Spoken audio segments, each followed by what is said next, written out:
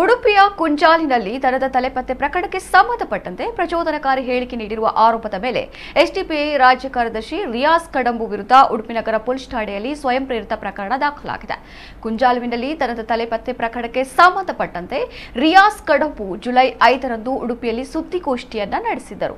ಈ ಸಂದರ್ಭದಲ್ಲಿ ಅವರು ಮಾತನಾಡಿ, ಸಂಘ ಪರಿವಾರ ಮತ್ತು ಬಿಜೆಪಿ ನಾಯಕರು ಸಮಾಜದ ಸ್ವಾಸ್ಥ್ಯ ಕೆಡಿಸುವಂತಹ ಗಲಭೆ ಸೃಷ್ಟಿಸುವಂತಹ ಹುನ್ನಾರವನ್ನ ಮಾಡಿದ್ದಾರೆ ಎಂಬುದಾಗಿ ಸಾರ್ವಜನಿಕವಾಗಿ ಹೇಳಿಕೆ ನೀಡಿದ್ದರು. ಆಧಾರರಹಿತವಾಗಿ ಸಾರ್ವಜನಿಕ ಶಾಂತಿ ಸುವ್ಯವಸ್ಥೆಯನ್ನ ಭಂಗ ತರುವಂತೆ ಮಾತನಾಡಿದ್ದಾರೆ.